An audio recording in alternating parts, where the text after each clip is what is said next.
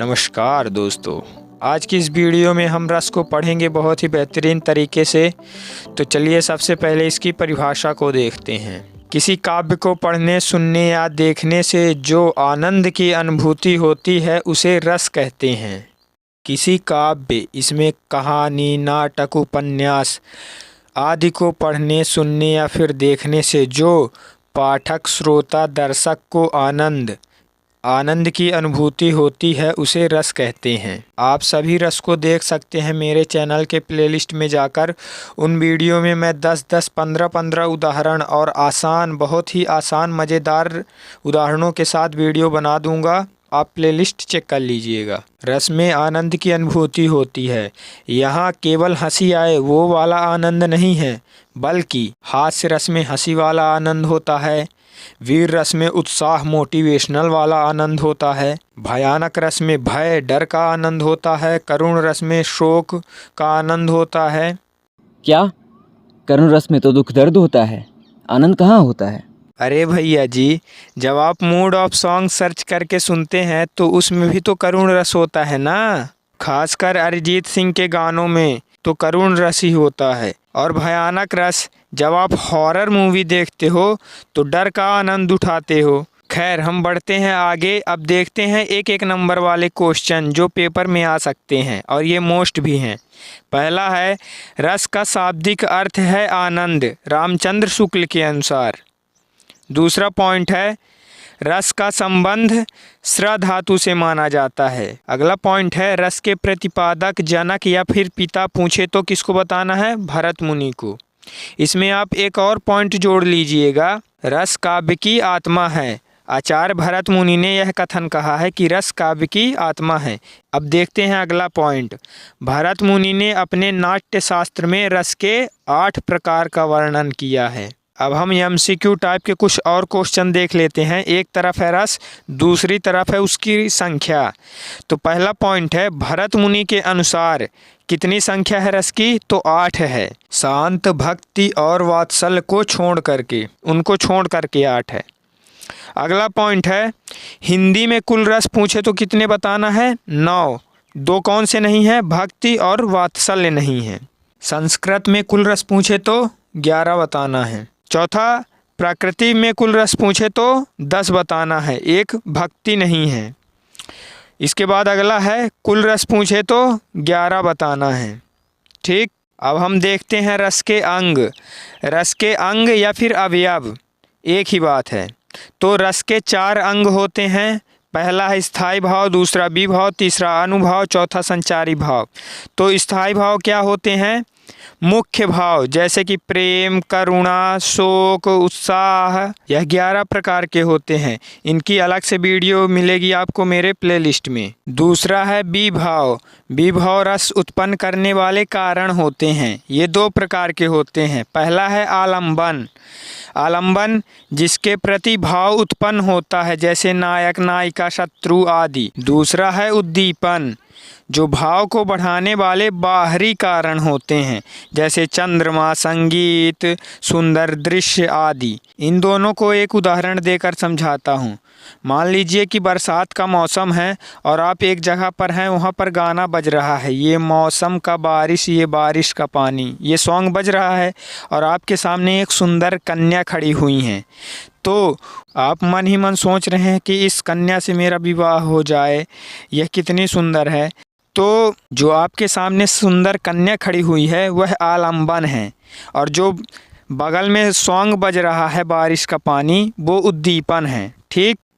रस का तीसरा अंग है अनुभाव। भाव की बाहरी अभिव्यक्ति, जैसे आंसू, मुस्कान। इसको उदाहरण के माध्यम से बताते हैं।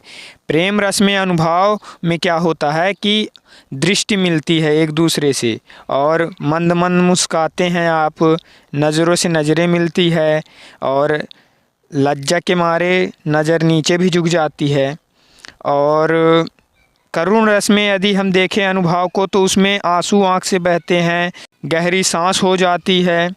और रौद्र रस में अनुभाव को देखेंगे तो गुस्से से आंखें लाल हो जाती है, तेज़ आवाज़ में आप बात करने लगते हैं। तो यही होता है अनुभाव। अब देखते हैं संचारी भाव को। संचारी भाव क्षणिक भाव जो स्थायी भाव को मजबूत करते हैं, जैसे चिंता, ईर्ष्या, लज्जा आदि। ये मुख्य रूप से 33 प्रकार के होते हैं। यह क्वेश्चन पूछ लेता है कि संचारी भाव कितने प्रकार के होते हैं, तो 33 प्रकार के। ये 33 को रटना अनिवार्य नहीं है जो आपको स्क्रीन पे दिख रहे हैं, बस उनकी संख्या याद रखना है कि 33 होते हैं बस। चलिए अब एक उदाहरण के माध्यम से चारों अंग को विस्तार से बताते हैं। मान लीजिए आप किसी रात में एक जंगल में गए घूमने, तो आपके सामने अचानक एक शेर आ जाता है। तो जब आप शेर को देखेंगे तो आपके मन में भय उत्पन्न हो जाएगा। ऊपर से रात भी है और आप अकेले भी हैं, आपका कोई साथी भी नहीं है। तो सबसे पहले बात करते हैं संचारी भाव की। उसमें आलंबन और उद्दीपन होता है। तो यहाँ पर शेर है वो आलंबन है, क्योंकि भाव उत्पन्न करने वाला कारण शेर हो गया। और जो रात का समय है वो उद्दीपन है, क्योंकि बाहरी कारण जो होते हैं भाव को बढ़ाने वाले वो उद्दीपन कहलाते हैं। देखिए यहाँ पर भय की स्थिति है, डर का माहौल छाया हुआ है आपके अंदर। तो जब आप शेर को देखेंगे तो चिल्लाएंगे, रोएंगे मम्मी पापा पापा करके, ठीक। तो ये जो चिल्लाना रोना है वो बाहरी अभिव्यक्ति है, तो इसे हम क्या बोलते हैं, अनुभाव, ठीक है। अब क्या होगा कि आपके मन में बहुत सारे थॉट्स आएंगे जल्दी जल्दी, क्या करूं, भागूं, दौड़ के भाग जाऊं, ये कहीं ये खा लेगा तो क्या होगा मेरा। इस तरह के कई सारे थॉट्स आएंगे, क्या करूं, कैसे करूं, मतलब बहुत सारे भाव आएंगे जाएंगे आपके दिमाग में, बहुत सारे थॉट्स आएंगे। तो यह क्षणिक भाव होते हैं जिन्हें हम कहते हैं संचारी भाव, ठीक। अब हम देखते हैं रस के प्रकार। एक तरफ है रस, दूसरी तरफ है उसके स्थायी भाव। यदि रस के अंग पूछे तो 4 बताना है, तो इन दोनों में कंफ्यूज नहीं होना है, अंग और प्रकार में अलग अलग होते हैं दोनों। पहला है श्रृंगार रस, इसका स्थायी भाव रति होता है। यहाँ पे रस लिख दिया हूँ, आप सभी में लिख सकते हैं, हास्य रस, करुण रस। अब दूसरा देखते हैं, हास्य रस का स्थायी भाव हास, करुण रस का स्थायी भाव शोक, वीर रस का उत्साह, रौद्र का क्रोध, भयानक का भय, विभत्स का जुगुप्सा या फिर घृणा, अद्भुत का स्थायी भाव विस्मय, शांत का निर्वेद, वात्सल्य का वत्सल, भक्ति का भक्ति ही होता है, ठीक। श्रृंगार रस में क्या होता है, प्रेमी प्रेमिका के प्यार का वर्णन होता है। हास्य रस में हंसी मजाक किया जाता है। करुण रस में शोक दुख दर्द होता है। वीर रस में उत्साह मोटिवेशनल होता है। रौद्र रस में क्रोध होता है, गुस्सा होता है। भयानक रस में भय डर होता है। विभत्स रस में घृणा छी छी वाला भाव उत्पन्न होता है। अद्भुत रस में हैरान अचंभित विस्मय कर देने वाली बातें होती हैं। और शांत रस में एकदम शांत, ना किसी से कोई मतलब, ना किसी से कुछ लेना। और वात्सल्य रस में माता का अपने बच्चों के प्रति प्रेम होता है। और भक्ति रस में क्या होता है, भक्त का भगवान के प्रति प्रेम दिखाया जाता है, ठीक है।